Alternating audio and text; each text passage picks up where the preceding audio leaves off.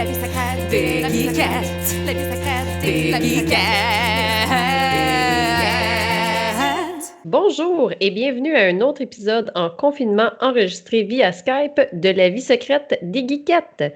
La vie secrète des geekettes, c'est une émission divertissante et diversifiée où, à chaque mois, les geekettes vous donnent leur très humble opinion sur un produit de la culture populaire et on jase aussi de... Plein d'autres affaires qui, comme à chaque fois, ne fonctionnent pas sur Skype. Aujourd'hui, c'est l'épisode 74. Je suis votre animatrice remplaçante Martine et je suis en compagnie de mes co-animatrices Lulu. Bonjour Lulu. Bonjour. Tu nous parles de quoi ce mois-ci, Lulu? Alors, comme vous avez peut-être pu entendre, Sir Sean Connery est décédé. Fait que dit Sean Connery dit The Rock, un film de 94 avec Michael Bay et Nicolas Cage. Fait qu'aujourd'hui, je vais parler de Nicolas Cage. J'ai fait mes devoirs. J'ai vu à peu près 15 ou 20 films de Nicolas Cage dans les 10 derniers jours. Je suis vraiment crinquée, là. Fait que... Attends, répète ça. T'as vu 20 films de Nicolas Cage dans les derniers jours? En 10 jours, ouais. Wow. Entre 1 et 3 par jour, là. Soyez prêts, soyez prêts.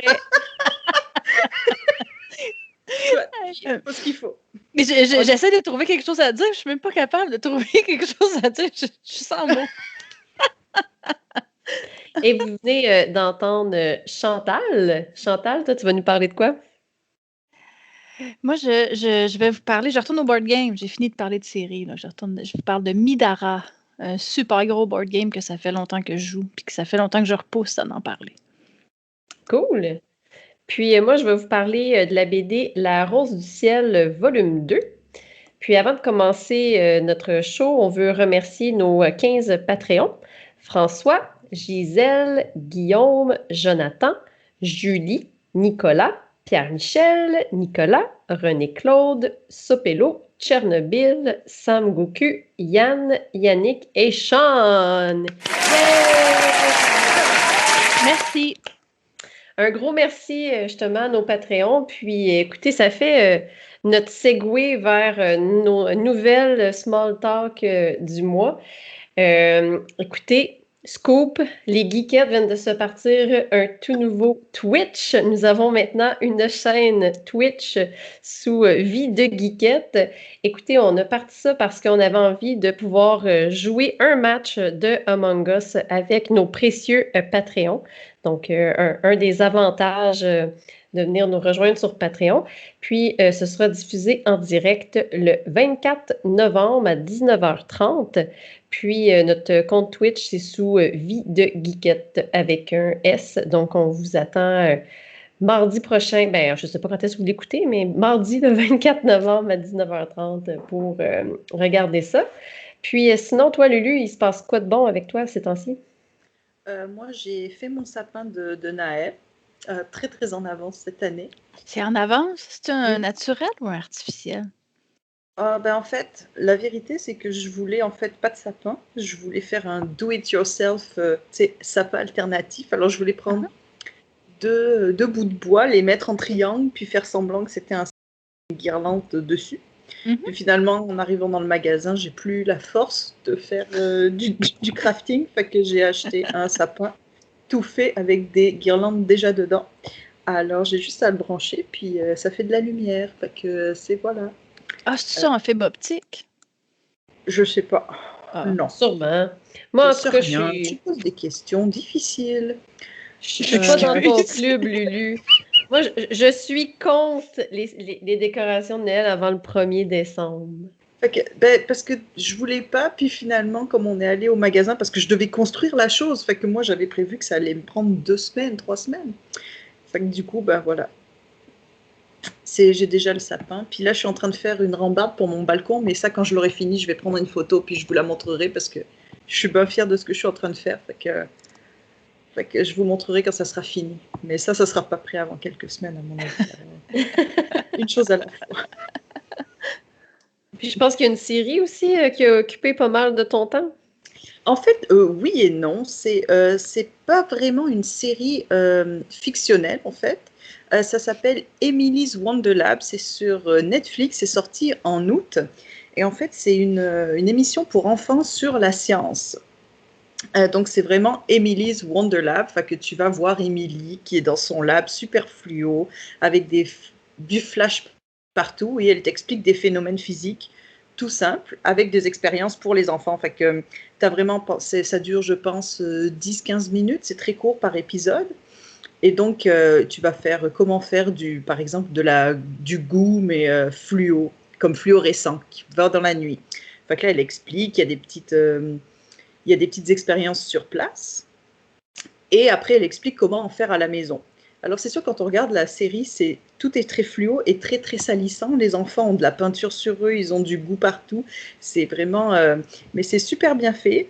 Et puis, Émilie, en fait, c'est son vrai nom. Je ne me rappelle plus son nom de famille. Elle est très, très jeune, en fait. Et quand elle a filmé ça, elle était enceinte de, je pense, 8 mois et demi. Fait que c'est très, très original dans le set est vraiment beau. C'est vraiment comme...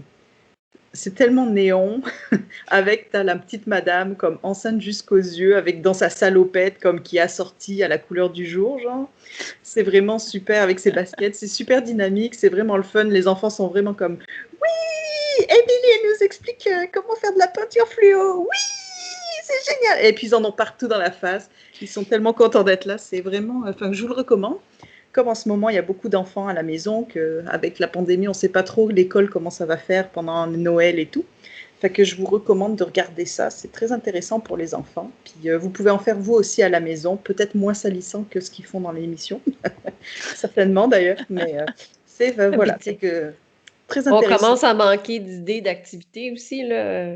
Tu sais, depuis que ça fait longtemps là, qu'il y a le confinement, fait que des activités nouvelles qu'on pense pas, c'est super cool, là. Ben, c'est ça, mais c'est toujours des choses que tu fais avec tu sais, du baking soda, avec genre de la farine ou ce genre de trucs. Tu sais, c'est toujours de l'eau, puis des choses un petit peu faciles, tu sais, de colorants alimentaires, tout ça. Fait que c'est sûr, c'est un peu Bicarbonate de salissant. soude puis du vinaigre pour faire un beau gros volcan chez vous. Genre, c'est ça. Mais avec du fluo dedans. Parce qu'Émilie, C'est elle aime pas sûr quand que c'est je me fluo. fais de la goût, même si j'ai pas d'enfant.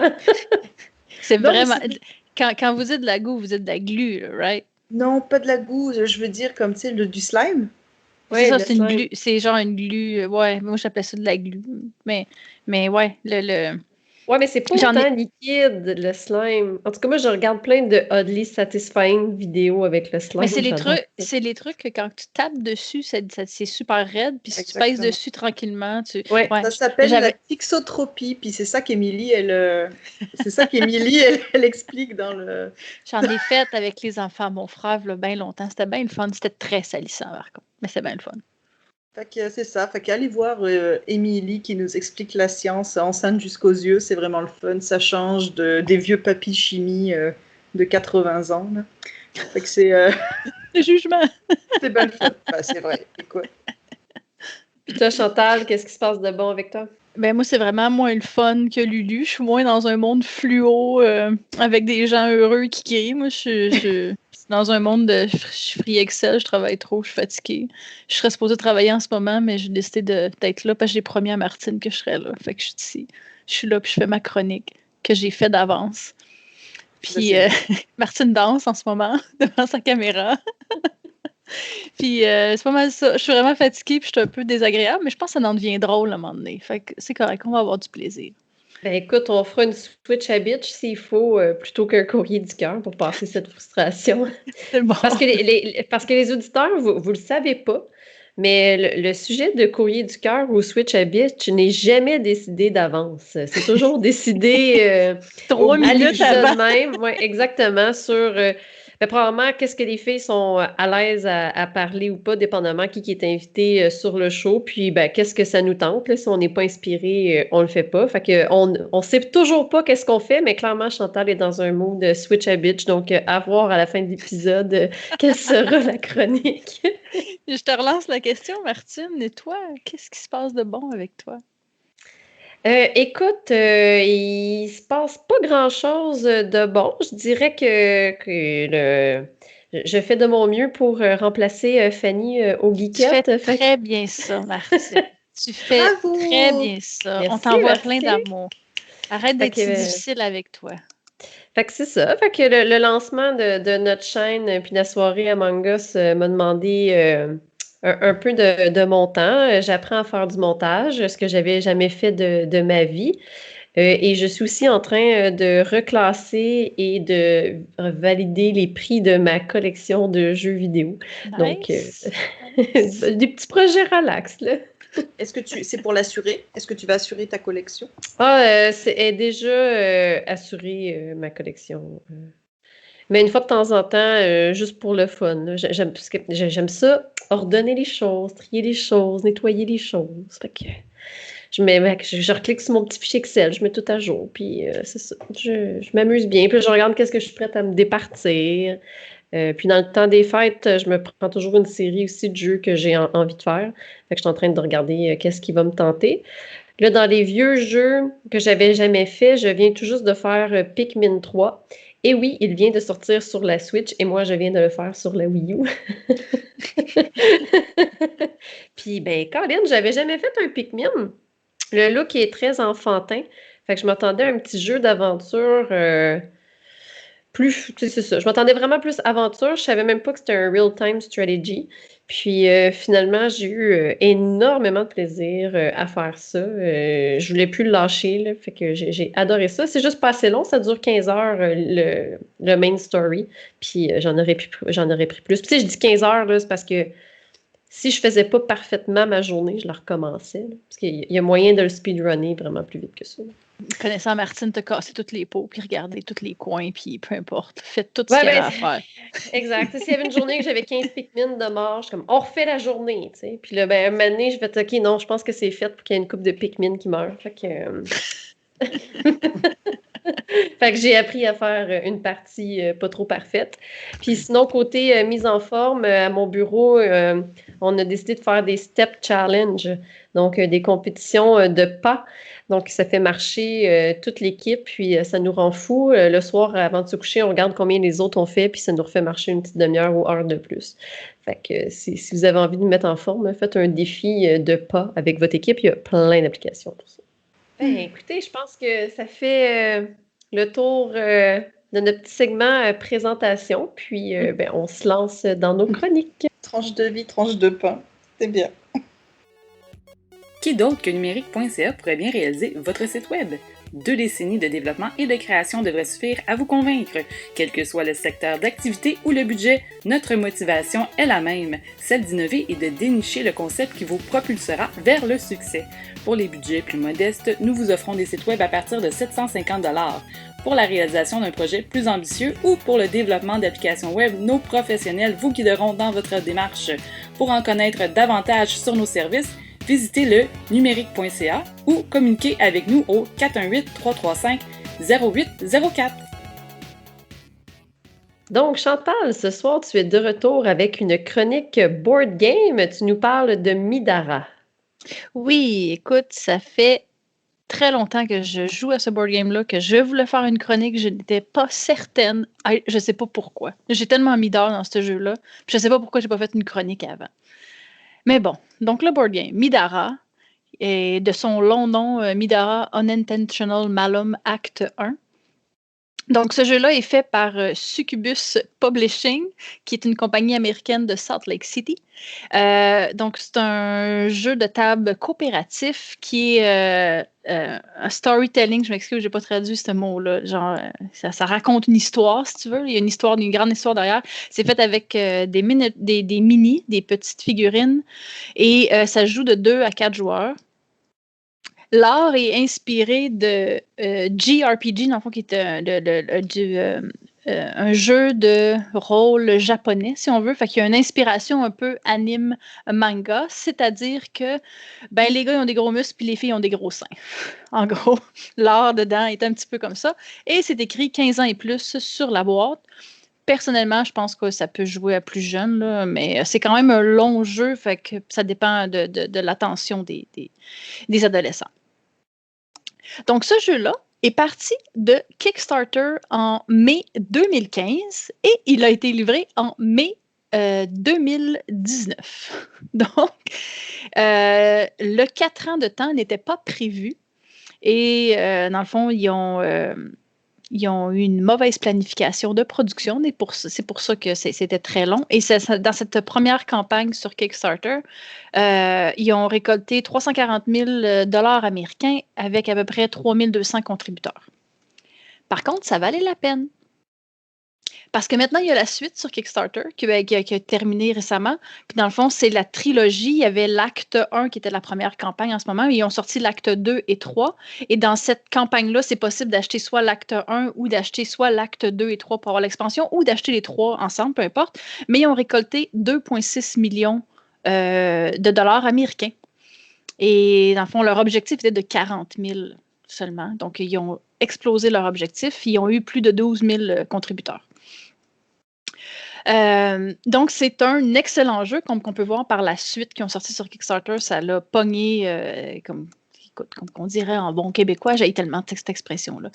Mais c'est ça. Ça l'a pogné vraiment beaucoup. Et dans le fond, en gros, le jeu, bon, c'est un peu simple. Ça va vous rappeler un peu Gloomhaven, si on veut, comme on explique le jeu physiquement, qu'est-ce qu'il a l'air. C'est des tuiles de carton qu'on assemble ensemble sur la table. Puis il va y avoir les miniatures et les monstres qu'on va placer selon où est-ce qu'on est rendu en aventure. Par contre, la comparaison s'arrête ici.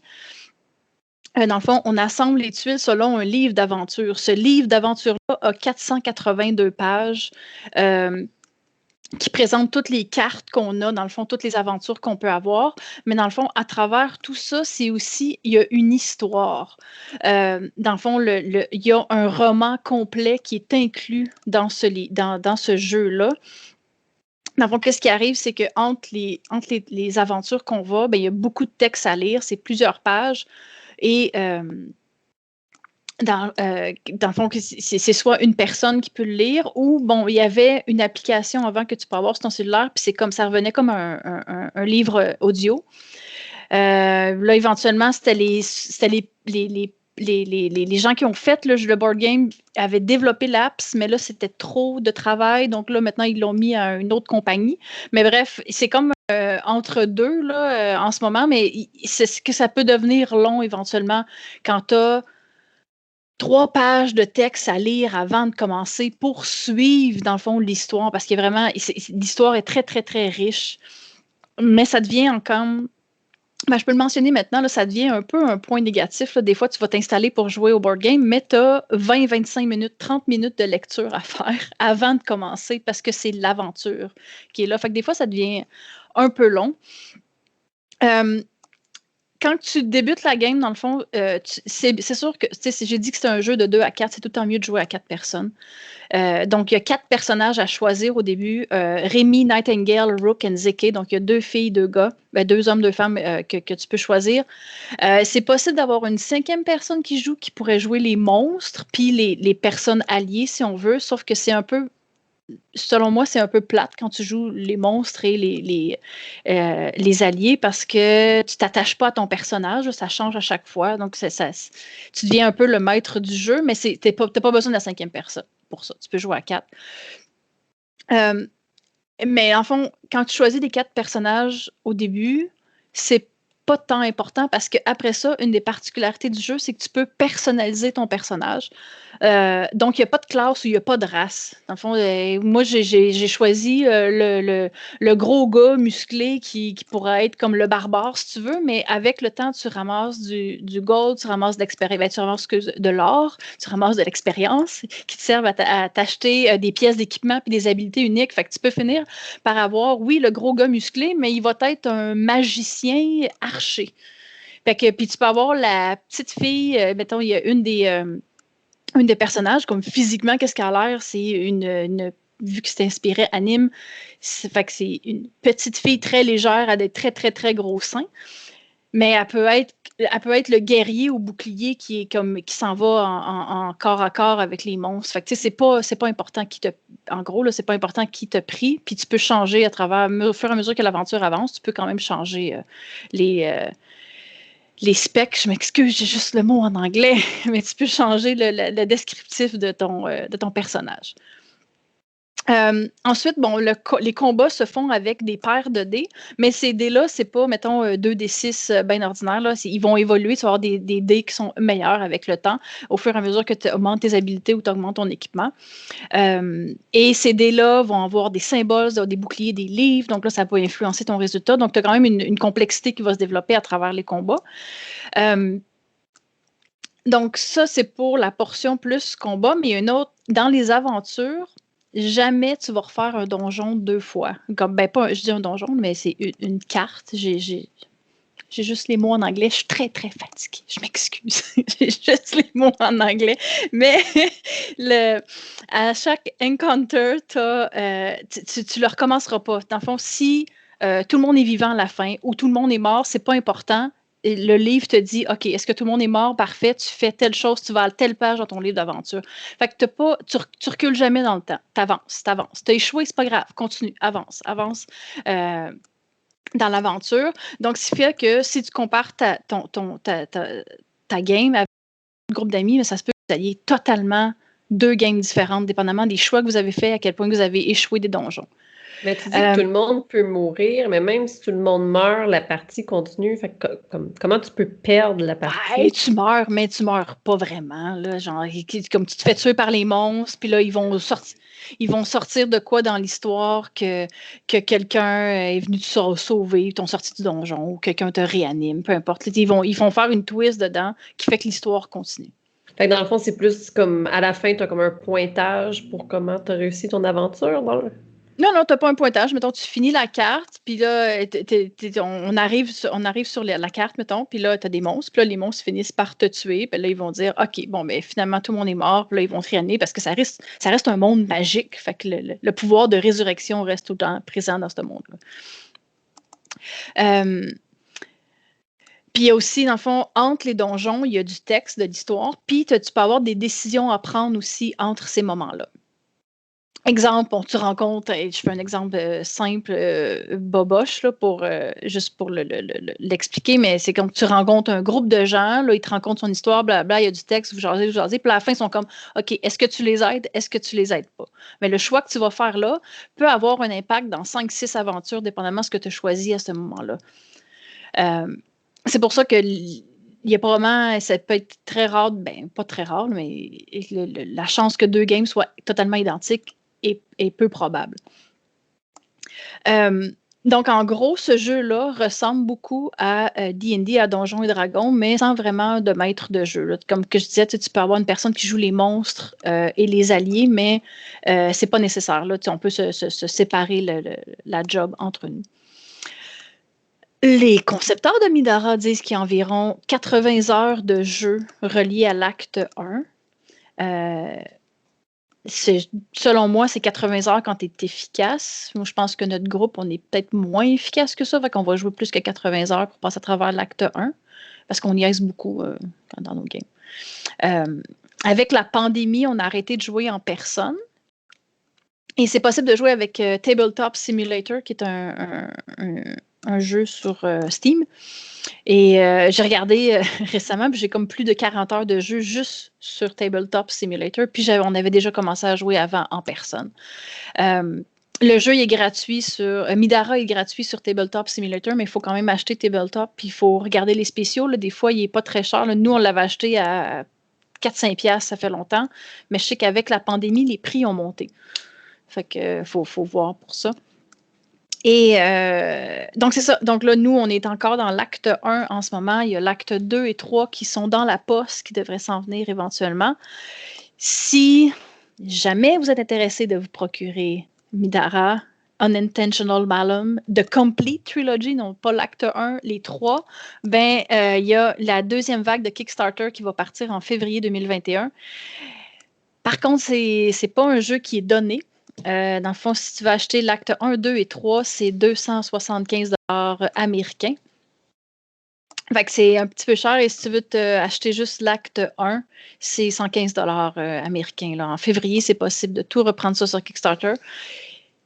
C'est cher, mais je trouve que c'est un jeu qui vaut la peine. C'est très, très divertissant. Les combats sont le fun. La façon de pouvoir personnaliser les bonhommes, tu peux faire ce que tu veux finalement à travers, peu importe qui tu choisis au début. Puis la façon que les donjons se déroulent, je trouve ça très, très divertissant. Un petit point négatif, c'est les moments d'histoire qu'il faut lire. Tu sais, des fois, on s'installe, ça fait longtemps qu'on a joué, on a hâte de jouer, puis là, ben, on a 20, 30, 45 minutes d'histoire à lire. Puis là, si on n'a pas Laps qui nous lit, mais là, c'est un de nous qui lit avec... il y a Lily dans notre groupe qui est anglophone, mais les trois autres, ben, on est francophone. Fait que quand on lit en anglais, à un moment donné, notre accent français, il ressort, puis on n'est pas très divertissant. Fait que ça peut être long, des fois, ce bout-là. Fait que c'est le fun quand même d'avoir le livre audio qui nous lit l'histoire, mais t'as pas tout le temps le goût de lire un roman. Des fois, tu as le goût de jouer à ton board game. Là. Fait que ce côté-là est un peu plus pénible, dépendamment du moment. Mais sinon, overall, je trouve que en général, ça vaut la peine d'investir. Ce board game-là est très divertissant. Mais en fait, je pense que c'est juste, le prix est surprenant vu le nombre de gens qui l'ont backé. Je pense que c'est le fait qu'ils ont obtenu beaucoup plus que ce qu'ils s'attendaient. Je pense que c'est ça qui fait que je suis surprise quand même du prix. Puis il faut aussi bien choisir ses amis parce que le jeu dure longtemps. Oui, c'est souvent une critique des jeux comme ça, comme Gloomhaven. Il faut que tu choisisses tes amis. Il faut que tu sois sûr que tu aimes ces personnes-là puis que tu vas vouloir jouer avec eux régulièrement parce que une fois que tu pars l'histoire, c'est un peu plate de recommencer. Sinon, avec un autre groupe, là, tu peux pas vraiment. Là. Une fois que tu as commencé, tu es mieux de rester avec le même groupe. Là. Nous, on était habitués, on a nos deux partners, deux partenaires qui jouent tout le temps avec nous à ces gros jeux-là. Si François avait plus d'attention, peut-être qu'on pourrait jouer avec toi, Martine, mais peut-être remplacer par François, par Guillaume, puis peut-être que ça ferait la job aussi. Guillaume et François, deux précieux Patreons. Oui. Est-ce que vous avez des questions? Ben non, je t'ai ai posées en cours de route. Ben non, c'est juste que je me disais, peut-être c'est pour ça que c'est pas... comment on dit, recommandé pour les enfants, s'il y a beaucoup de lecture et tout, c'est peut-être trop long pour eux, dans le fond, c'est juste comme... C'est ça dépend du niveau d'attention, exactement.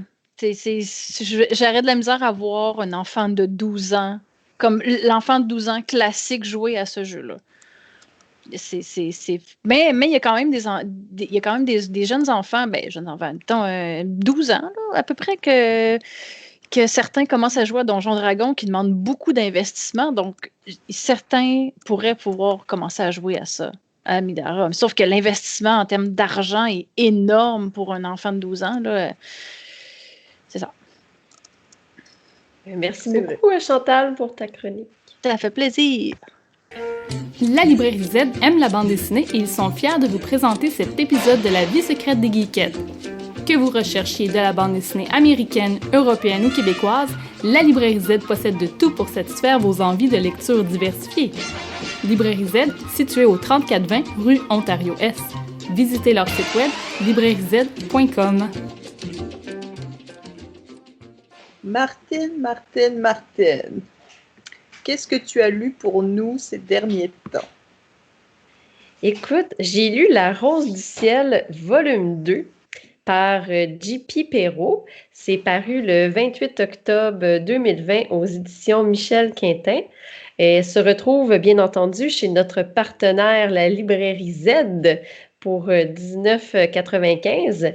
C'est le même prix là, pour le volume 1 et le volume 2, sont 19,95 chacun. C'était aussi chez la Librairie Z, justement, qu'il y avait le lancement du volume 2 de La Rose du ciel. C'est une bande dessinée jeunesse. On dit à partir à peu près de l'âge de 10 ans. Écoutez, j'étais très excitée quand justement l'auteur nous a contactés pour nous demander si on était intéressé à recevoir le volume 2 parce que le volume 1 avait fait partie de nos coups de cœur. Si jamais vous voulez entendre la critique là, de Fanny, vous allez le retrouver, c'est l'épisode 53 de nos archives. Donc, pour ceux qui ne se rappelleraient pas, qu'est-ce que La Rose du ciel? Rapidement, le volume 1, c'est une jeune Canadienne-Française, Maria Richard, qui veut suivre les traces de son père et devenir pilote dans l'armée canadienne. Mais l'histoire se déroule dans les années 50, donc évidemment, dans les années 50, une femme ne pouvait pas être pilote. Donc, contre toute attente, elle va quand même réussir éventuellement à piloter, mais ce sera un jetpack et elle déjouera les plans machiavéliques de la Baronne Noire, une méchante nazie. Donc, c'est un peu un résumé rapide du volume 1. J.P. Perrault, non seulement il a écrit les textes, mais c'est aussi l'illustrateur de La Rose du Ciel, donc c'est vraiment tout fait par lui. Puis, il est originaire d'Abitibi, comme moi, fait qu'on l'aime. Puis, c'est sa première œuvre qui est publiée là, par une maison d'édition. Avant ça, il avait fait à peu près 10 ans là, de projets auto-publiés. Puis, ce qui est vraiment fascinant, je trouve ça tellement inspirant parce que il y a un handicap visuel, puis ça l'a quand même pas arrêté à faire de la bande dessinée. Puis il a quand même besoin d'une loupe pour lire, puis il faut qu'il regarde vraiment les écrans et tout ça de très, très, très près. Puis, c'est ça. Moi, je trouve ça toujours très inspirant de voir des gens qui passent par-dessus leur handicap pour faire leur passion. Fait que... bravo, pour vrai, c'est super cool. La Rose du Ciel, volume 2, je vous lis le synopsis. Donc, de retour d'une mission au pôle Nord, la Rose du Ciel s'envole aussitôt vers Ottawa, où vient d'avoir lieu le premier contact avec une civilisation extraterrestre. Sarnek, originaire de la planète Crimur, déclare vouloir servir de guide aux humains et leur donner les moyens de s'émanciper. Les intentions du visiteur semblent nobles, mais Maria hésite à baisser la garde. Elle ne peut s'empêcher de douter du bien fondé des promesses de progrès faites par Sarnek. La jeune femme est prête à défendre les intérêts de ses concitoyens contre toute forme de danger, qu'ils viennent de l'espace ou d'eux-mêmes. Bon, là, je dois vous avouer, quand j'ai vu que le tome 2, on parlait d'extraterrestres, j'ai eu un peu peur. Parce que justement, le tome 1, c'est sa quête personnelle de devenir pilote. On est juste à la fin de la guerre, donc une méchante nazie au début des années 50, ça reste comme crédible. Puis il y a quand même des faits historiques dans ces bandes dessinées-là. Fait que je suis comme, ah ouais, extraterrestre, autant qu'avant, il y avait des personnages réels, tout ça qui ont existé. Ça m'a fait un peu peur. Finalement, ça m'a pas dérangé parce qu'on n'est vraiment pas dans un scénario à la Independence Day là, où on est envahi par les extraterrestres. C'est vraiment qu'un seul personnage. Fait que c'est un peu comme les films d'espions là, avec un jeu de chat et la souris. Là. Il y a comme le méchant, il y a la bonne, puis elle essaye de déjouer ses plans. Puis un peu comme la Baronne Noire, elle fait encore une apparition dans la BD numéro 2. Puis c'est des romans jeunesse, donc on tue pas les gens. Là. Fait que, ils vont revenir sûrement avec un autre plan machiavélique éventuellement. Fait que c'est plus comme un méchant individuel qu'une armée d'extraterrestres qui s'en vient. Fait que finalement, j'ai été capable de passer par-dessus ça. Au niveau des thèmes abordés, tout comme dans le tome 1, là, on laisse beaucoup de place justement aux femmes. On parle beaucoup des femmes. Puis, il y a un nouveau personnage qui est introduit, Dina Desmond, ou Desmond, je ne suis pas sûre comment il faut le présenter. Dina Desmond. Dina Desmond. Oh. Puis, c'est une stagiaire inventeur. Puis, un peu comme la Rose du Ciel, qui ne pouvait pas être pilote, mais elle, en tant que stagiaire inventeur femme, son travail n'est pas reconnu. C'est tout son professeur homme qui prend le mérite. Elle est inspirée de Viola Desmond ou Desmond. C'est une jeune femme d'affaires noire qui a lutté contre la ségrégation raciale en Nouvelle-Écosse. C'est elle le nouveau visage sur les billets de 10 oui. Puis justement, l'auteur disait qu'il voulait justement commencer à aborder des sujets comme le racisme, l'esclavage, mais je vous dirais que c'est pas très présent dans le tome 2, mais c'est peut-être des sujets qui vont se développer plus tard. Dans les thèmes abordés, encore une fois, comme dans le volume 1, on parle beaucoup d'anxiété parce que vraiment, l'anxiété, c'est le plus grand ennemi de la Rose du Ciel. Elle doute beaucoup d'elle-même. Il y a toujours des pensées qui sont derrière la tête, qui des fois la ralentissent dans ses projets. Puis justement, l'auteur dit souffrir aussi d'anxiété. Fait que je crois que c'est un sujet quand même qui est important pour lui, donc qui est encore présent dans le volume 2. Ce que j'ai beaucoup aimé de cette BD-là, comme je disais, ça rappelle vraiment les films d'espions. Puis l'action est très claire, dans le sens que, en quelques bulles, on comprend tout de suite qu'est-ce qui se passe, on voit. Parce que des fois, quand je lis pas beaucoup de BD, mais des fois, je trouve que il n'y a pas assez d'informations pour moi, puis l'action se déroule comme trop rapidement, puis je comprends pas toujours qu'est-ce qui se passe, tandis que là, j'étais capable de suivre bien le fil de tous les événements.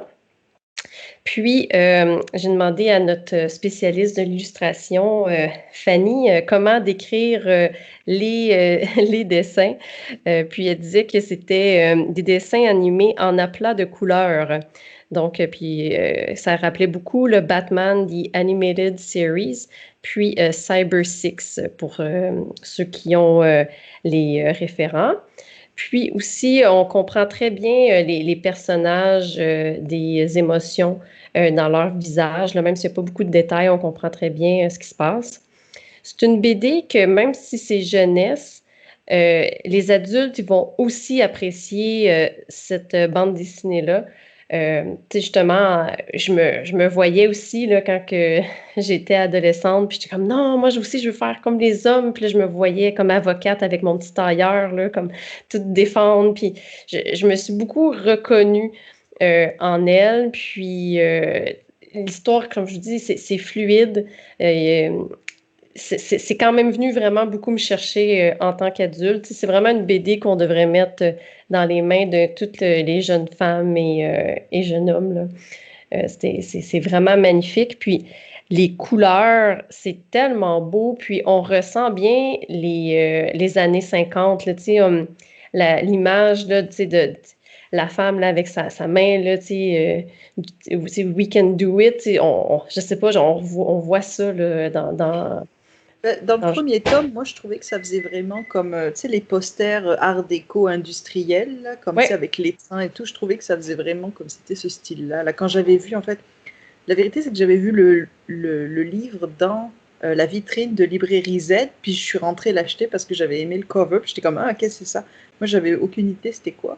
Mais juste, ouais, le cover, le style du dessin est vraiment nice, là. C'est vraiment nice. Ben, c'est ça, le contraste de couleurs est super intéressant. Puis, comme tu dis, c'est un plaisir pour les yeux, là.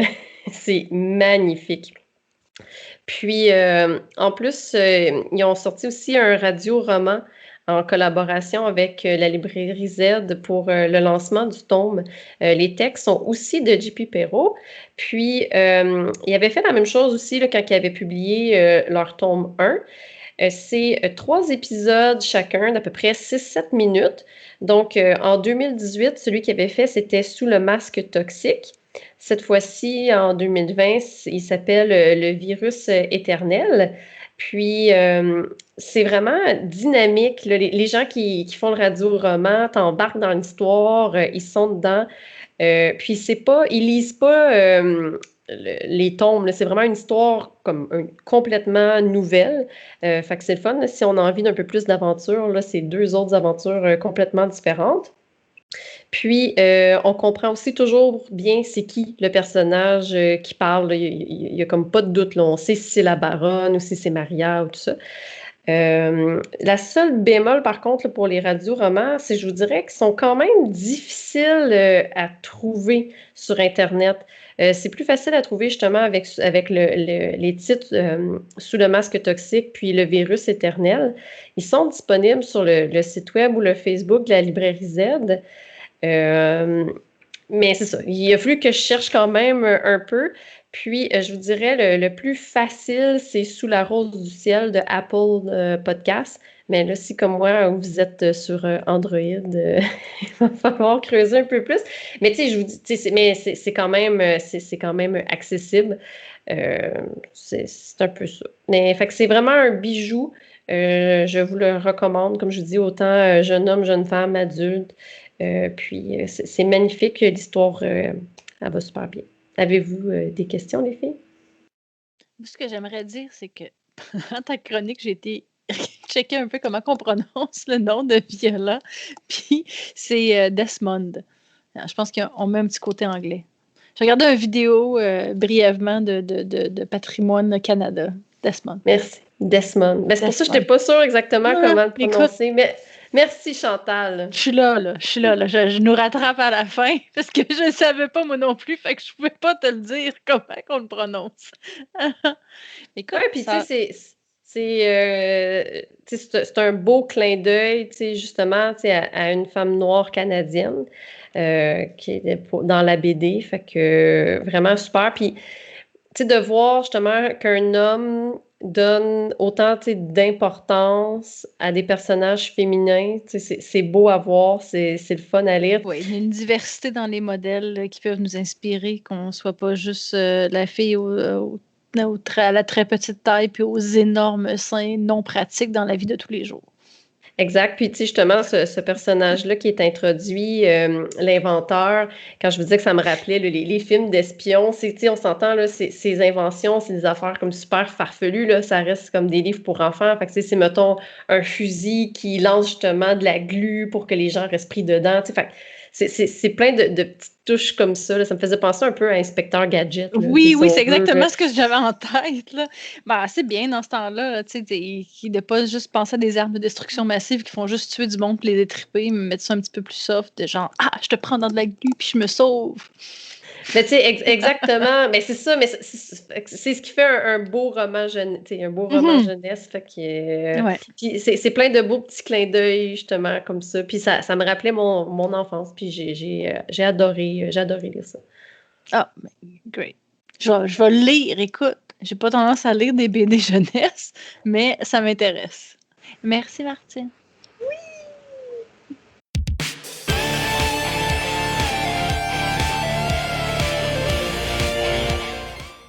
Alors, Lulu, tu vas nous parler du roi, du maître, du top de Nicolas Cage, de long en large.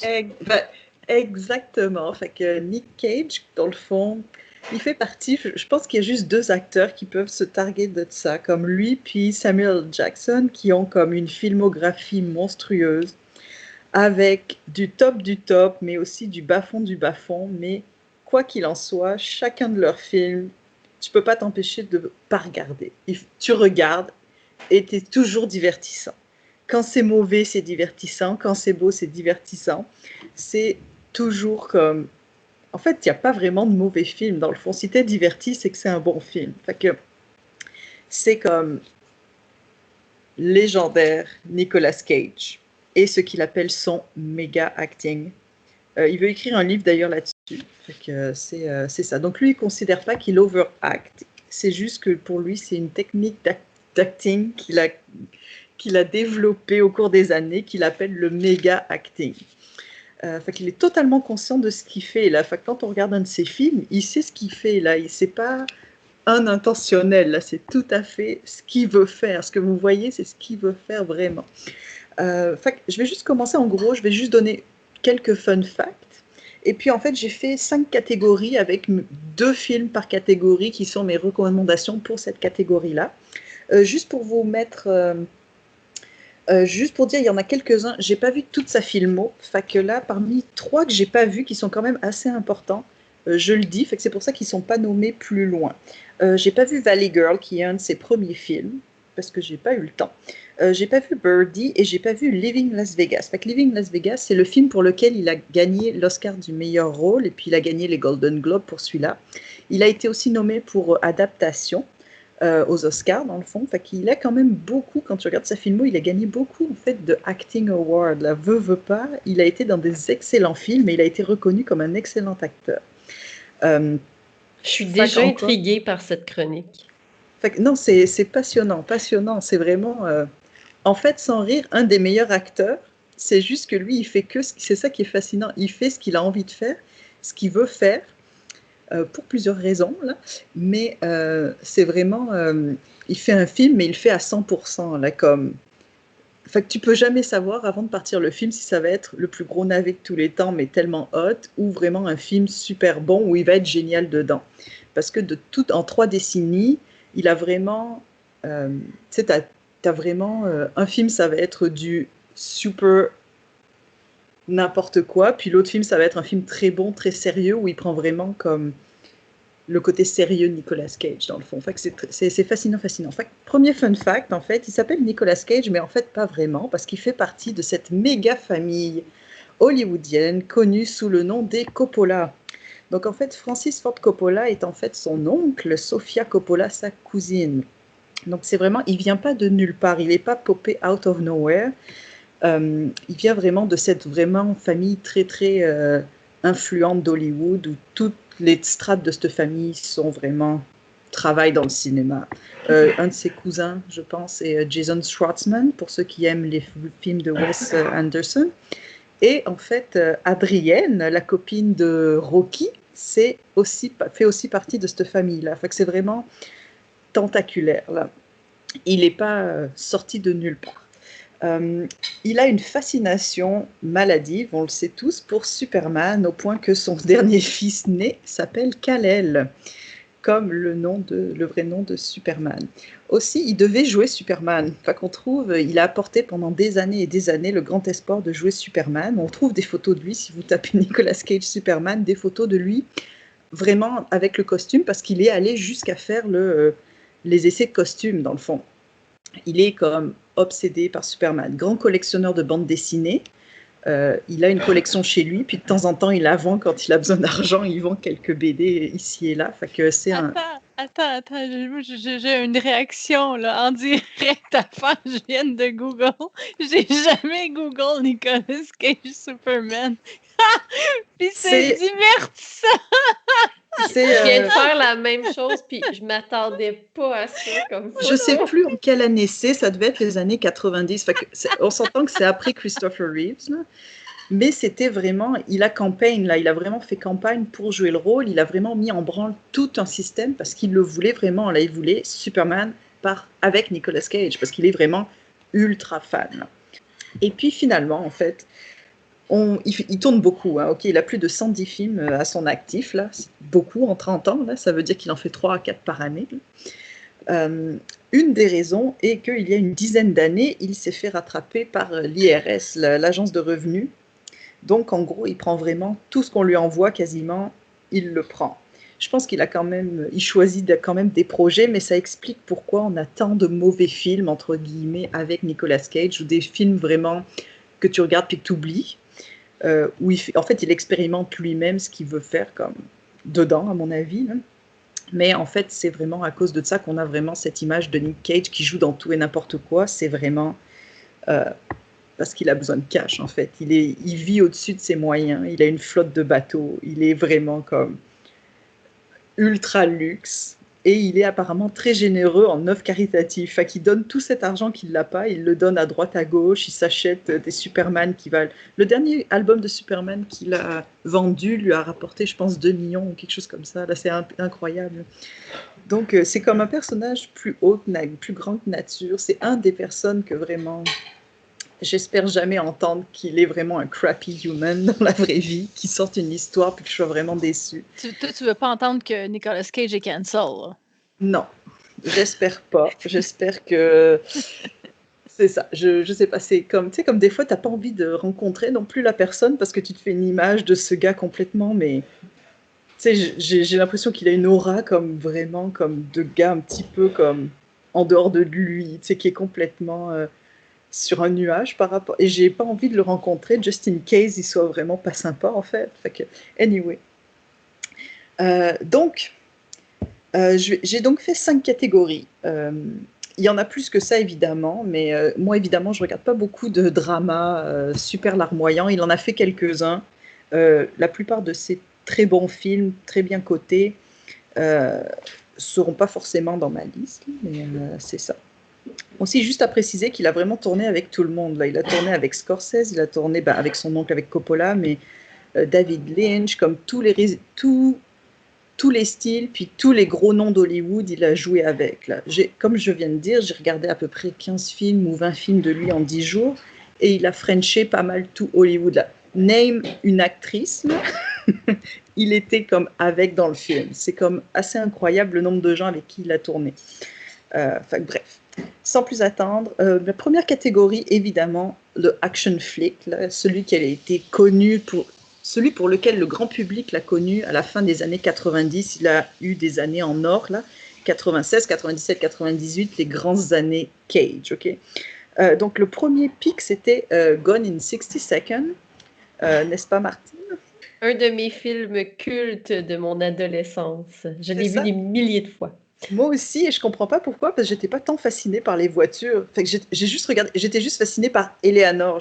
J'aimais le fait que cette voiture ait un nom, qu'elle s'appelle Eleanor. Moi aussi. Et je capotais sur ce film-là. En fait, c'est pas un J'aimais très les bon hommes film, plus mais on vieux s'en aussi. fout. C'est ça.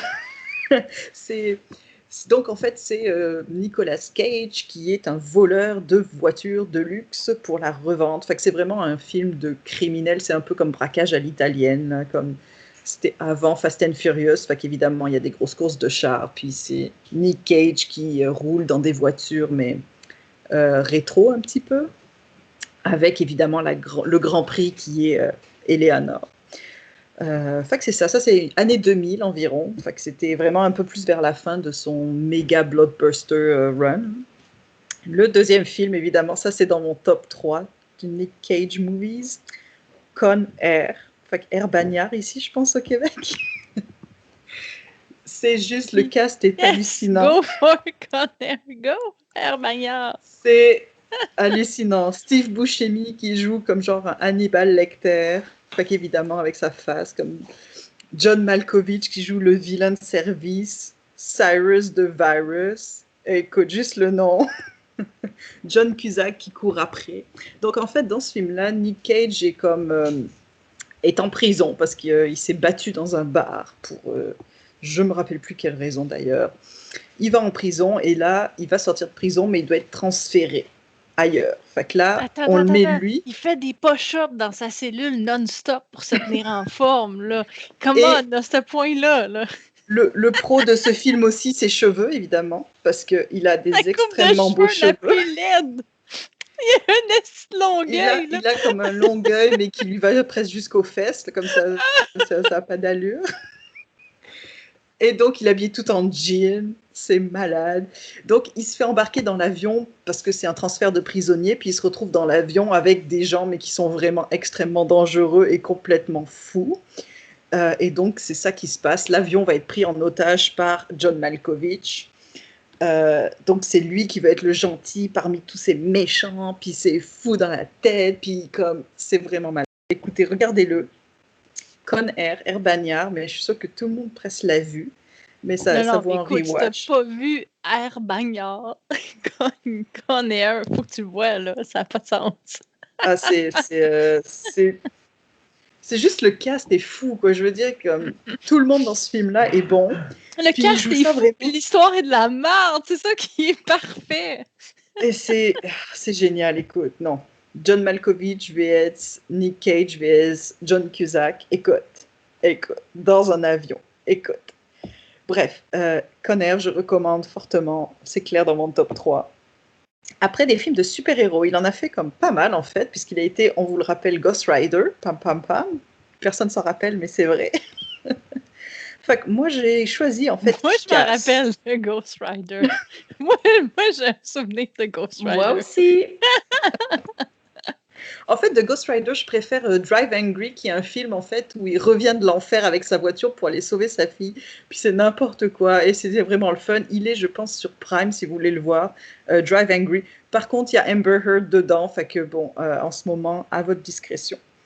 Donc le film que j'ai choisi de super-héros, c'est Kick-Ass, qui est une adaptation d'une bande dessinée de Mark Miller.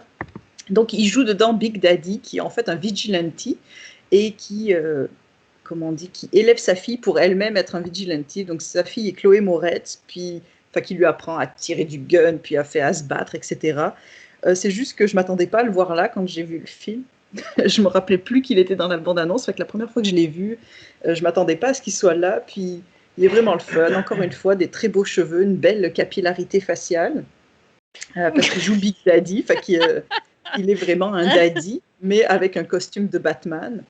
Et il s'en prend vraiment plein la face parce que dans Kick-Ass, c'est quand même assez violent. Fait que les scènes d'action, les gens qui sont des vigilantes, qui sont des super-héros, sont quand même s'en prendre plein la figure tout le film. C'est pas des Captain America qui ont juste comme un petit coup de poing dans la figure. Là ça bleed, puis ils se prennent ils se font des coups de couteau, puis c'est vraiment très sanglant, très gore. Fait que si vous aimez pas trop la violence vraiment visuelle, c'est quand même assez violent.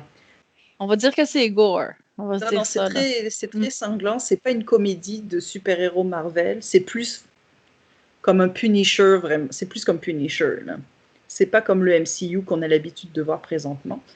Fait que je vous le recommande fortement. Par contre, je vous recommande aussi de lire la bande dessinée parce que la fin n'est pas la même. Fait que l'arc de Nicolas Cage en particulier est différent avec sa fille et je le trouve plus intéressant dans la bande dessinée. Mais c'est plus déprimant. Fait que je pense que c'est pour ça qu'ils ne sont pas allés avec le film. Mais j'ai préféré la fin de la bande dessinée. Deuxième film de super-héros, il fait une voix dans The Spider-Verse, Spider-Man Into the Spider-Verse, qui est sorti, je pense, en 2018. Donc c'est un film d'animation qui est génial, je vous le recommande.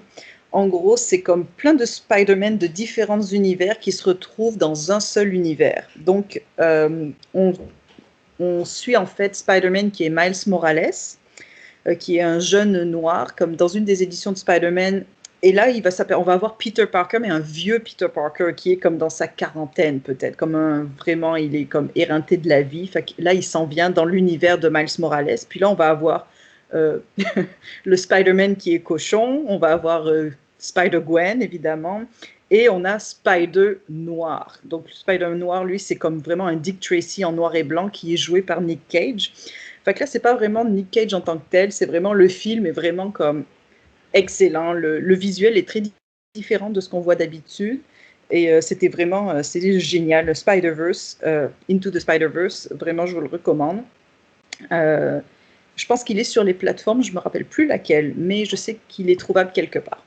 Fait que c'est ça. L'autre catégorie, évidemment, la catégorie What the fuck, hein, parce qu'on sait que Nick Cage il a le don de trouver des projets intéressants. Fait que là, les deux films que j'ai choisis sont quand même assez récents.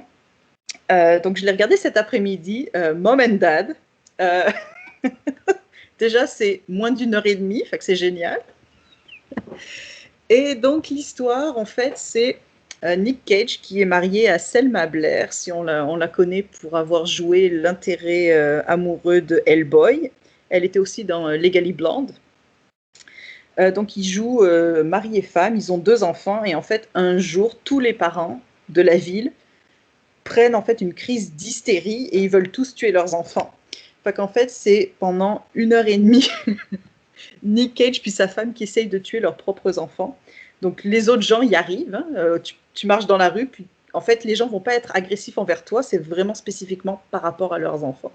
Fait que là, c'est vraiment en fait une méga hyperbole de comme c'est quoi être parent? Est-ce que tu regrettes ta vie d'avant tes enfants? Est-ce que ta vie de maintenant, elle est comme est-ce que tu aurais préféré ne pas avoir d'enfants? C'est comme oh, on vous aime, mais des fois on a envie de vous tuer. C'est vraiment ça. J'ai jamais entendu parler de ce film. C'est un film de 2017. Il n'y a pas grand monde, je pense, qui en a entendu parler. J'en avais entendu parler ici et là. C'est pas un film ultra connu, mais c'est excellent. Pour vrai, j'ai vraiment aimé ça. C'est tellement inattendu. Puis là, ça se fait aller. Là, comme fait que c'est vraiment une histoire vraiment très simple. Mais je vous le recommande, évidemment, comme du acting de Nick Cage en furie qui court après ses enfants dans la maison. Avec un hachoir à viande ou whatever il trouve, évidemment. C'est toujours très divertissant. Fait que je vous le recommande fortement. Mom and Dad. Le deuxième, c'est un film qui est sorti l'année dernière. J'ai choisi celui-là parce que je l'ai vu, en fait, je pense, pendant le festival du film... le FNC, peut-être? Je sais plus. Anyway. Color Out of Space, qui est une adaptation de Lovecraft par Richard Stanley, qui est un réalisateur vraiment atypique. Fait que tu mets Richard Stanley, qui est un réalisateur vraiment, tu le vois parler, il est comme un personnage, là. Un personnage. Avec Nick Cage, c'est sûr que ça allait faire une bombe comme à retardement. Et ça a été vraiment ça. Donc en fait, c'est Nick Cage et sa famille qui habitent dans une maison un petit peu isolée. Et un jour, ils voient une couleur qui tombe du ciel. Ils voient quelque chose de couleur qui tombe du ciel dans leur jardin. Et c'est ça l'histoire. Fait que là, c'est quoi cette couleur-là et qu'est-ce qui va se passer? Fait que c'est un film d'horreur fantastique. C'est un petit peu... c'est très bizarre. Vraiment très, très bizarre. C'est très beau, c'est très bien filmé, comme les couleurs sont très belles. Mais c'est vraiment what the fuck. Là, comme tu regardes ça, comme au début, ça va bien, puis après, à partir de la deuxième partie du film, c'est comme oh my god. Là, tout part à volo. Fait que aussi un warning de violence puis de sang qui gicle. Mais c'est excellent, je vous le recommande. Color Out of Space, et je pense qu'il est sur Prime aussi, fait que vous pouvez le regarder sur Amazon Prime. Très facile d'accès. Après, j'ai choisi une catégorie qui est comme c'est très bon film, où il n'est pas comme en méga acting tant que ça, mais qui sont pas chiants, hein, parce que des fois les très bons films c'est un peu chiant. Fait que là, moi j'ai choisi Lord of War, qui est un film où il est un dealer d'armes, donc il vend des armes à des dictateurs en Afrique ou en Asie pour son profit personnel. C'est son meilleur film, c'est celui-là. Non, it's not. Oui. No. Son numéro 1, c'est Lord of War, and that's it. No, it's not. C'est quoi son meilleur film? Ah, bah, tu verras.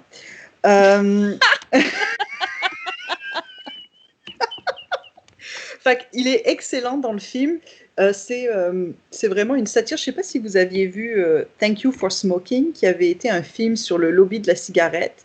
Fait que c'est un peu le même genre de film, comme tu suis un gars avec une morale vraiment inexistante, ou qui bend la réalité à ce que lui veut, qui s'imagine comme ah non, moi je vends l'arme, mais c'est pas moi qui pousse la trigger, fait que je suis pas responsable de ce que les gens ils font avec. Évidemment, moi je préfère que tu tires 10 fois, mais que tu loupes ta cible, parce que moi tu vas m'acheter 10 balles de fusil et tu loupes ta cible, fait que moi c'est ça qui est mon truc, mon monde idéal. Mais dans la vraie vie, c'est des enfants qui tuent d'autres enfants, tu sais. Fait que c'est vraiment, c'est quand même un film coup de poing, si on veut dire, parce qu'il te montre vraiment c'est quoi la guerre, là, puis c'est quoi les gens qui vraiment utilisent comme les autres personnes, les gens un peu plus pauvres, les gens qui ont un peu moins qui sont dans la merde, en fait, pour leur profit personnel, et puis pour leur gloire personnelle. Fait que c'est comme, il n'est pas un good guy du tout dans ce film-là. T'as envie de l'aimer, mais tu peux pas vraiment, parce qu'il est vraiment un déchet humain, en fait. Mais c'est Nick Cage, fait qu'il est là avec sa petite face, puis il est comme yeah, tu sais, comme il était comme ah, je t'aime, mais je devrais pas, tu sais. Fait que je vous le recommande fortement. Il est à la fois sur Prime et sur Netflix, fait que vous avez zéro excuse de pas le voir. L'autre film que j'ai choisi, qui est dans un de ses classiques, c'est Wild at Heart. En français, c'est Sailor et Lula, je pense. C'est un film de David Lynch. Fait que moi, je n'aime pas David Lynch, attention, opinion non populaire, je n'aime pas David Lynch. Donc, à part Elephant Man et ce film-là... Tu peux pas dire des affaires comme ça. Je comprends beaucoup que les gens l'aiment. C'est juste que moi, j'aime vraiment pas ça. Quand je regarde Blue Velvet, quand je regarde Twin Peaks, je suis comme... C'est vraiment pas mes affaires. Je comprends pourquoi les gens l'aiment. Mais moi, non. Je suis désolée, mais en fait, pas vraiment désolée. Fait que Sailor et Lula, c'est un des rares films de David Lynch que j'aime. Et en fait, je pense que c'est pas parce que j'aime le film, c'est parce que j'aime que Nick Cage est une veste en peau de serpent, ok?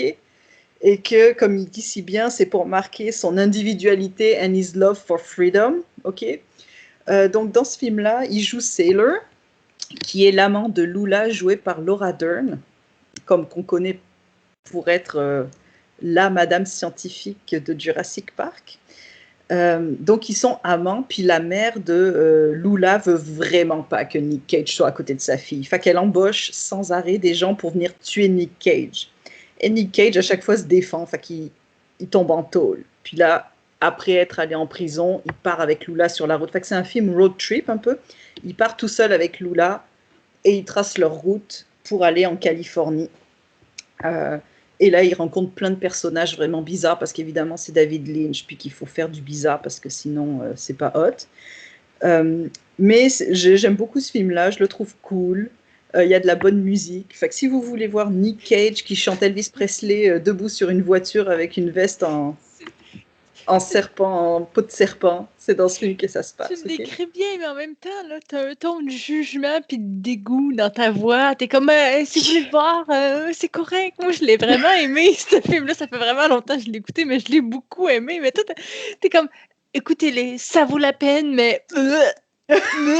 T'es comme semi-gag, là. J'en parle encore, c'est un des films que j'ai vu une fois il y a des années et qui m'avait vraiment marqué, quoi. Je me rappelais, je l'ai re-regardé la semaine passée, puis je me rappelais de tellement de choses de ce film-là, et j'étais comme, pourtant, j'avais pas tant aimé que ça. Mais non, je vous le recommande, parce que c'est quand même un film comme... C'est un classique. Il a gagné la Palme d'Or, hein. Les gens l'ont hué d'ailleurs, parce qu'ils n'étaient pas contents. Mais non, c'est comme... Il y a Willem Dafoe, évidemment, qui joue un personnage très bizarre dans le film, comme d'habitude. Fait que c'est quand même, tu sais, c'est intéressant. Là. Si vous êtes fan de Lynch, là, c'est sûr que c'est un des incontournables. Fait que c'est ça. Et enfin, mes deux best of the best, évidemment.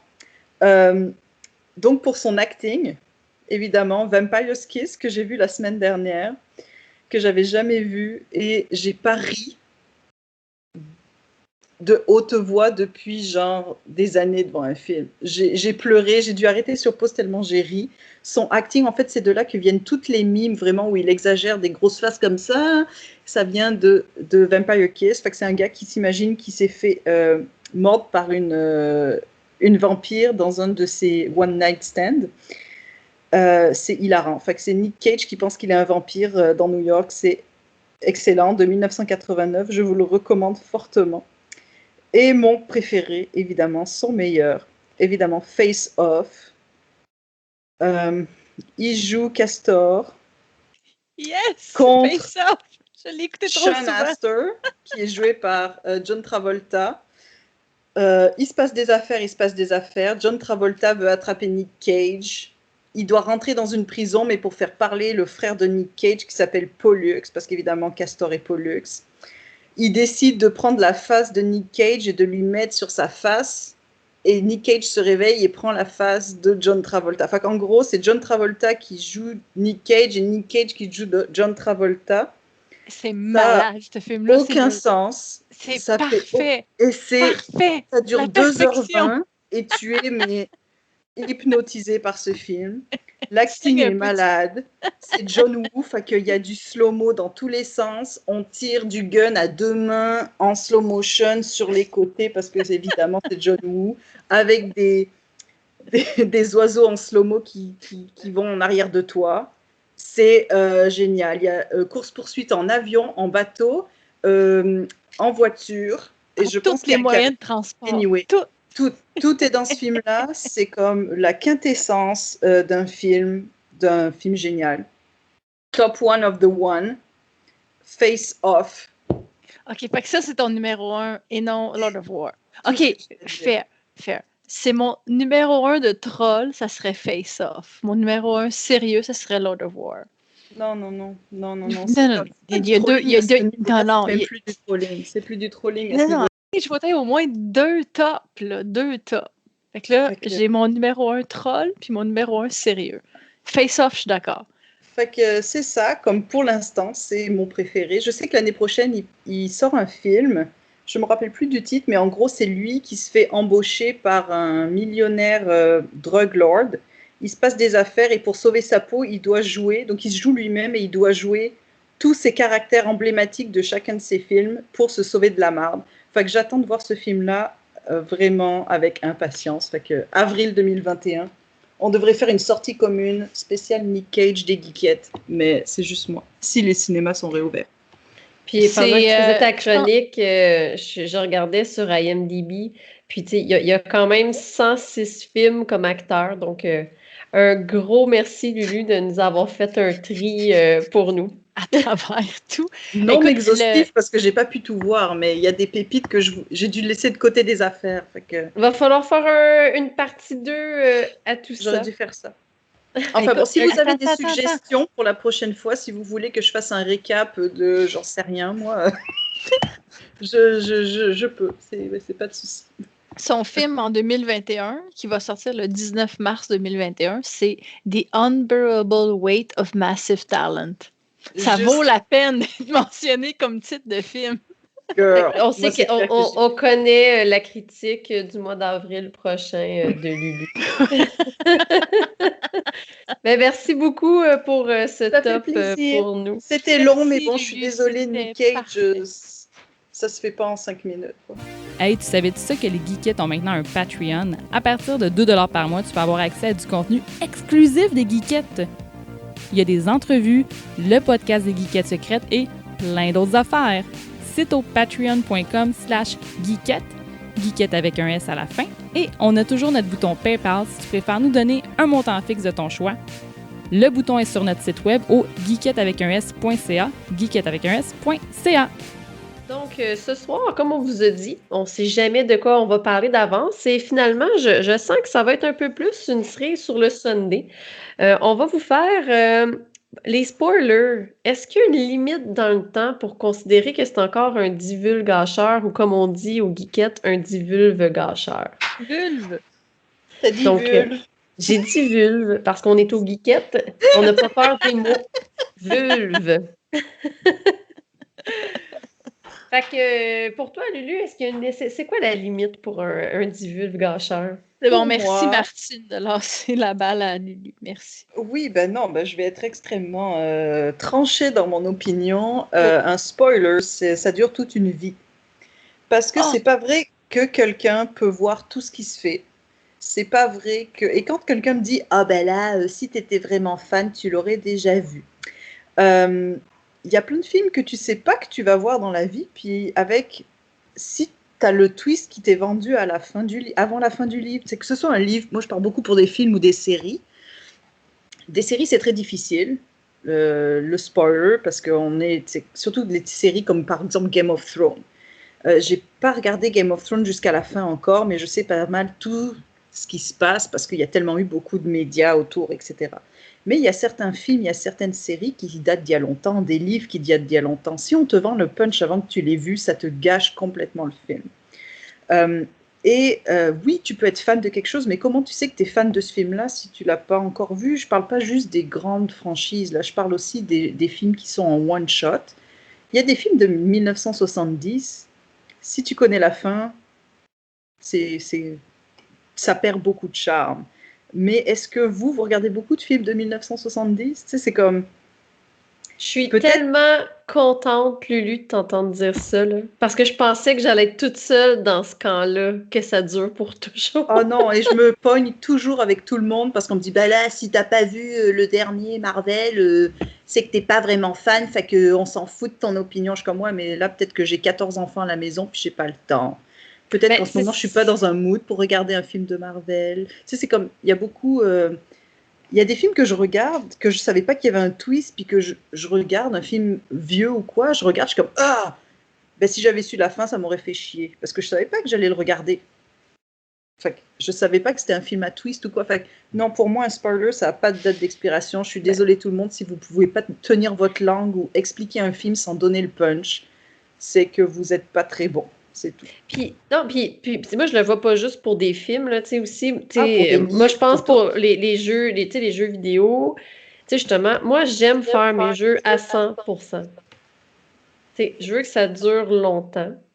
Fait que, c'est sûr que si je prends comme 50 heures, 60 heures à faire un jeu, il y en a plein d'autres que j'ai pas le temps de faire.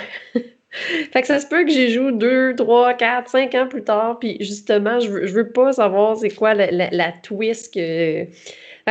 Mais ça me dérange pas qu'on... Puis tu sais, c'est correct, je peux comprendre qu'après un certain temps, tu sais, il y a des podcasts qui veulent parler puis qui veulent aller en détail puis parler, tu sais, justement des spoilers, mais faites juste me dire spoiler alert puis comme... Mais c'est ça, tu passes ton chemin, tu sais, il faut que tu le dises qu'il va y avoir un spoiler, parce que ça gâche. Parce que moi, je parle de films, évidemment, mais c'est valable pour tout. Là, pour un livre, c'est valable pour tout, pour une série de livres. Tu sais, tu lis des livres où il y a comme 3-4 tomes, puis la personne, elle te dit qu'est-ce qui se passe à la fin. Tu sais, tu lirais Harry Potter, puis on te racontait. Parce qu'il y a des choses que maintenant, tout le monde sait, genre, Darth Vader, c'est le père de Luke. Bon. Ça, c'est un spoiler de la mort. Imagine si tu n'avais jamais vu le film, puis qu'on te le racontait comme. Mais attends, il faut qu'on fasse un spoiler alert au début de l'épisode des Geekettes pour dire qu'on va spoiler, genre, un Star Wars parce que Darth Vader, ça ne marche pas. Ton concept marche pas, Lulu. Faut qu'on fasse un spoiler alert au début de l'épisode. Mais c'est pas parce que je sais que c'est celui que tout le monde connaît puis que personne connaît. Peut-être pas tout le monde.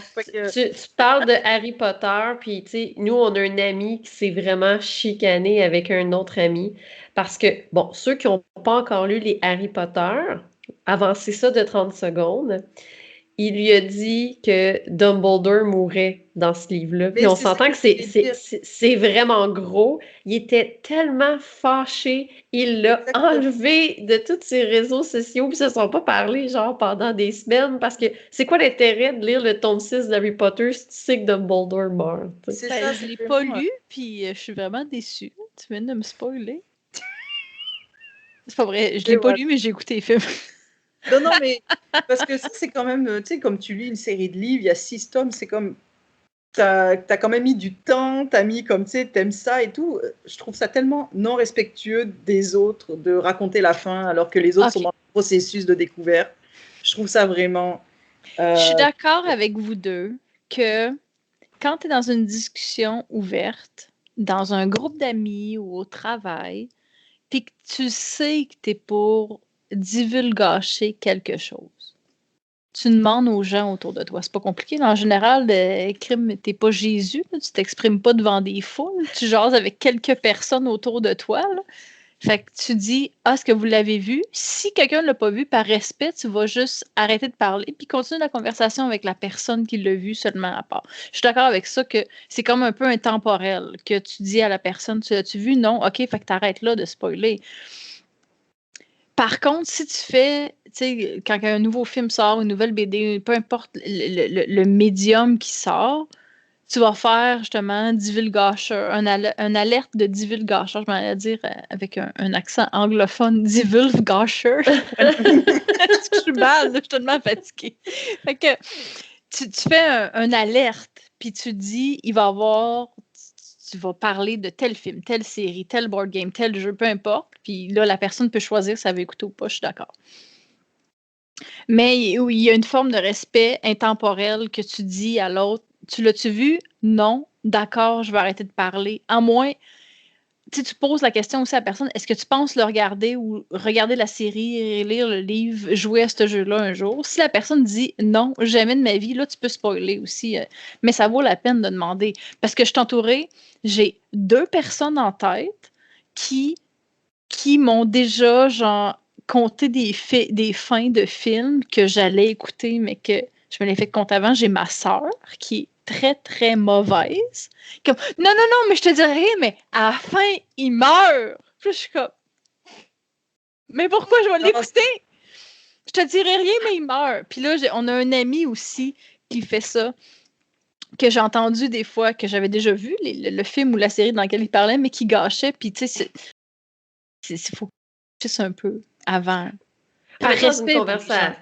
Dans une conversation un pour un, ben, ou justement un petit groupe, ça se fait. Moi, je le vois plus comme, justement, si j'écoute un podcast, puis comme là, quand que le make de Final Fantasy VII il est sorti, ben, puis là, après ça, justement, ils vont commencer à faire le review, puis ils vont dire, ah ben oui, mais ce bout-là de l'histoire qui était vraiment intense, comment on peut le dire, c'est sorti il y a vraiment longtemps. Ouais, mais moi, j'ai jamais joué à Final Fantasy VII. Puis comme ça se peut que j'y joue. Fait que je comprends qu'il est sorti il y a vraiment longtemps, mais tu sais, j'aimerais ça savoir que tu vas me le spoiler quand tu fais ta chronique. Mais est-ce que souvent les gens assument que parce que ça fait longtemps, tout le monde sait c'est quoi qui va se passer. Ouais, mais à un moment donné, si ça fait super longtemps qu'il est sorti, puis tu regardes un review, tu peux. Peu importe si quelque chose ça fait longtemps ou pas qu'il est sorti, si quelqu'un fait un review, même si la personne, ça se peut qu'elle s'en rende même pas compte qu'elle te spoil, il faut que toi, tu sois tu sois vigilante un peu dans ce que tu regardes. Tu sais, comme, par exemple, j'ai commencé à jouer à Dice, je t'en ai parlé, Martine. Puis j'ai regardé quelques vidéos pour m'aider. Fait que c'est ça, je me suis fait spoiler un peu. Là, je m'attendais à ça. Puis que j'étais pas surprise non plus. J'ai pas été checker la fin complète du jeu, mais si tu regardes des reviews, veux pas, tu vas te faire spoiler un peu, là. Oui, mais moi, c'est plus comme dans le sens, tu sais, justement, quand ils disent ah ouais, ben c'est pas grave, ça fait tellement longtemps, fait que, tu sais, ce gros punch-là, tu sais, c'est plus, ça peut rester un gros punch pour des gens qui l'ont pas vu. Qui ont jamais joué. À l'époque où le média ou l'item est sorti, toi, t'étais pas intéressé par ça. Tu vas peut-être être intéressé 20 ans plus tard. Tu sais, comme je veux. C'est. Oui, mais si en théorie, tu étais intéressé 20 ans plus tard, puis la fille a fait sa chronique voilà 20 ans, ben s'il l'a fait quand le jeu est sorti, en général, tu vas dire spoiler alert. Mais là, si la personne fait un review 20 ans plus tard, puis toi, tu joues 20 ans plus tard, puis là, et à un moment donné, tu sais, oui, vous dites que c'est intemporel, il y a une petite limite à un moment donné. Et où qu'on trace la ligne? Je ne sais pas, mais... Parce que pour moi, tu peux raconter comme beaucoup d'affaires sur un item sans divulguer le gros punch, quoi. Je veux dire, comme il y a beaucoup de films, si tu connais le punch, ton film est ruiné, faut même pas le regarder, quoi. C'est quoi? Ah, j'ai un mauvais exemple de film, là. Ah, moi, avec Bruce Willis. Exactement. Si tu le sixième sens. Sixième sens, en connaissant la fin, autant pas le regarder, quoi. Ah non, ça vaut la peine. Je vois des morts partout. Non, pour moi, c'est vraiment intemporel. Puis je me suis chicanée avec tellement de monde. Le truc que je trouve très difficile, surtout avec les séries, encore Game of Thrones, c'est parce que un épisode sort, 1 heure après, tu as 150 mimes du truc et ça... Ah ouais, les mimes par contre, il n'y a pas de spoiler alert, il n'y a pas d'alerte de divulgateur qui vient avec les mimes. Juste la photo, t'es comme, ok, bah, je sais que lui meurt ou lui. Puis aussi, pas, surtout les séries à longue haleine comme Game of Thrones, comme 8 saisons, ben, si je vois que, comment il s'appelle, Tyrion, il va chercher un Emmy Award pour sa performance de la saison 8, ben, je sais qu'il est encore dans la saison 8 et qu'il ne meurt pas dans la saison 4. Oh, mais ça, tu peux te deviner dès le début, ils ne peuvent pas le tuer, il est tellement parfait, ce personnage-là, s'il tue la saison. Ce que je veux dire, c'est qu'évidemment, j'aurai toujours, quand tu regardes en décalé, tu auras toujours des éléments, tu sais, comme, je sais qu'il est encore là. Je suis d'accord avec les mimes, il ne peut jamais avoir de spoiler alert avec les mimes. Mais les mimes, par contre, ça, il y a tellement de choses que j'ai vu passer qui est comme, pourquoi tu postes? C'est comme... J'étais en retard d'1 an sur Game of Thrones à un moment donné pour une saison, puis je l'ai vu au complet à travers les memes. Ben, c'est ça, tu sais, c'est comme... Moi, je m'en fiche un peu de Game of Thrones. Tu sais, je le regarde en ce moment, on est en train de regarder la série. Tu sais, j'aime ça, mais je suis pas fanatique, là. Mais ça m'aurait vraiment, si j'étais en cours de le regarder, un peu en décalé, j'aurais vraiment pas été contente, là. Mais tu sais, j'ai quand même un avantage. J'ai vraiment pas une bonne mémoire. Fait que souvent... mais j'ai une excellente mémoire, mais pas pour, justement, les fins de films, les livres, tout ça. Fait que, tu sais, si tu me divulgages, ben, probablement que 2 ans plus tard, je m'en rappellerai plus, puis ça me dérangerait pas. Puis, tu sais, c'est comme le running gag avec la série de bande dessinée Preacher. J'ai adoré ça. Je les ai lus 2 fois. Puis là, après ça, quand la série télé est sortie, ça faisait peut-être genre 5-6 ans que je suis comme, ah, c'est-tu comme la BD ou pas? On dirait que je m'en rappelais même pas. Puis je ne sais même plus c'est quoi la fin de Preacher. J'ai demandé à mon ami, il me l'a dit. Puis 6 mois plus tard, ben, je me rappelle toujours pas c'est quoi la fin de Preacher. Fait qu'au moins, c'est pas si pire. Fait que si j'attends un certain temps, j'oublie le divulgateur. Fait que c'est correct. T'sais. Mais je sais que j'ai adoré ça, puis que j'étais dans le moment, puis que c'était bon, là. C'est drôle. T'es comme un peu sénile, Martine. Mais le 6e sens, je me rappelle la fin, par contre. Oh, mais ça, c'est une phrase, là. Une phrase que tu te rappelles, puis que tu peux gâcher le film de n'importe qui, là, avec ça. Exactement.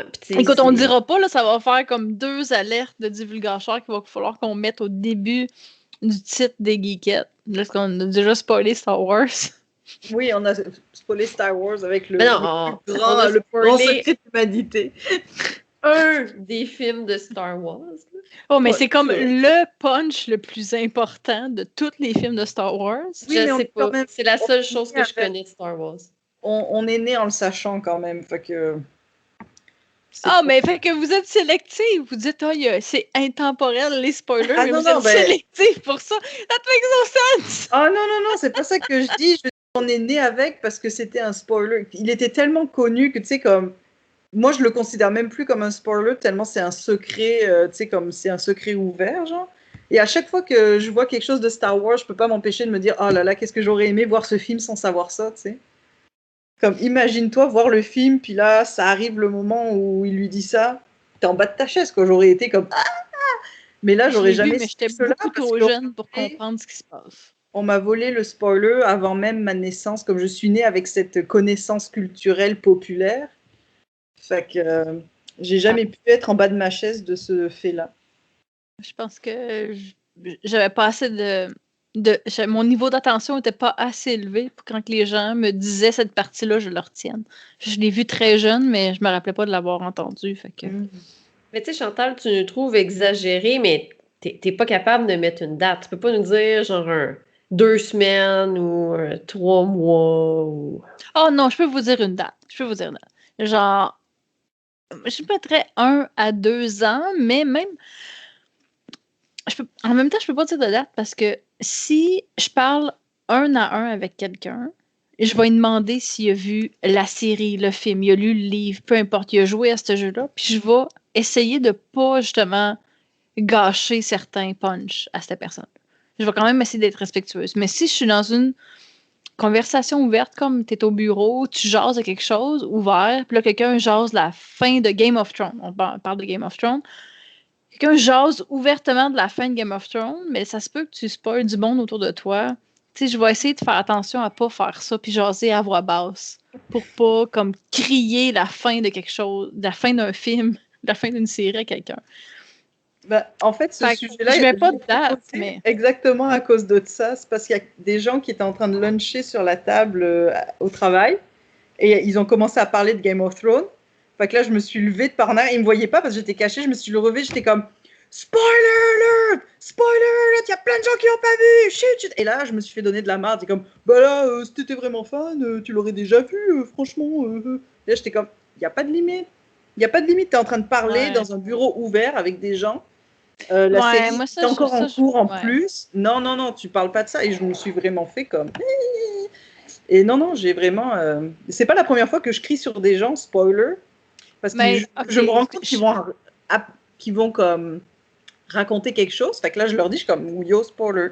Non. Bref, t'es dans le métro, t'en parles pas. Non, c'est ça. Tu dis pas T'es à ton tout seul, pote, là, tu fais juste crier la fin d'une série tout seul dans le métro, là, comme non, ta gueule.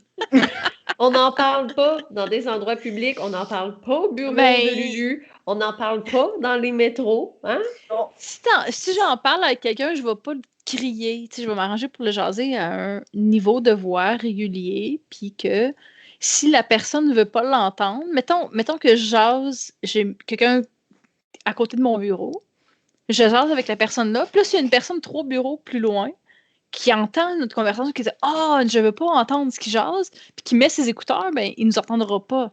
Tu comprends? Je ne vais pas le crier à voix haute la fin d'un film. Je vais jaser dans une voix régulière s'il y a quelque chose que je veux jaser avec quelqu'un. Mais je vais t'avouer que c'est vraiment, vraiment rare que je jase de mes hobbies personnels à la job. En général, je jase de fichiers Excel, de chiffres, de P&L, balance sheet, cash flow. C'est vraiment plate. Fait que Chantal, tu pourras me raconter encore la fin de Preacher over and over again, si tu veux. On va appeler Matt ensemble pour qu'il nous en raconte parce que j'ai oublié. J'ai un vague souvenir. On en a encore reparlé il y a 2 semaines, ça me fait bien rire. Mais là, je suis en train de lire East of West, fait que pas de spoiler sur la fin de East of West. J'ai pas lu East of West. Moi non plus. Bon, fait que je pense qu'on a une conclusion là-dessus. C'est intemporel. Intemporel. Faites attention aux gens qui sont proches de vous. Soyez respectueux. Exactement. Puis, sur ça, on va vous divulgacher la fin du film qu'on juge qui est le plus intense. Mais non! Donc, Chantal, où est-ce qu'on peut te retrouver sur nos réseaux sociaux? La page des geekettes est la meilleure façon de me rejoindre. Sinon, j'ai mon Facebook, Chantal Lachance, je ne cache pas mon nom. Et j'ai changé ma photo live durant l'émission à place d'être John McClane avec des petits pouces en l'air de Die Hard. C'est rendu maintenant Nicolas Cage en Superman officiellement. Et j'ai Instagram mercredi 36 que je poste vraiment pas régulièrement. Puis toi, Lulu, où est-ce qu'on peut te retrouver? Eh ben moi, je cache mon nom, fait que vous pourrez me retrouver à Lulu les Belles Mirettes, fait que sur Instagram ou Facebook, mais j'avoue que c'est un petit peu désertique en ce moment, fait que mais vous pouvez toujours m'écrire, je réponds. Puis, moi, je suis sous mon faux nom, Martine Tilburg, sur Facebook, mais la meilleure façon de communiquer avec nous, c'est sur le Facebook de La Vie secrète des geekettes ou bien notre Instagram, Vie de geekette avec un S. Bien entendu, notre site web où il y a toutes nos archives de nos épisodes, le geekette avec un S.ca. Puis, notre Patreon, si vous voulez nous encourager, sous Geekette avec un S également. Donc, c'est ce qui fait le tour pour l'épisode 74. On se retrouve le mois prochain. Et sur ce, ciao! Bye bye! Bye! La vie secrète, la vie secrète, la vie secrète, la vie secrète des geekettes. La vie secrète, la vie secrète, la vie secrète des geekettes. La vie secrète des geekettes. La vie secrète des geekettes.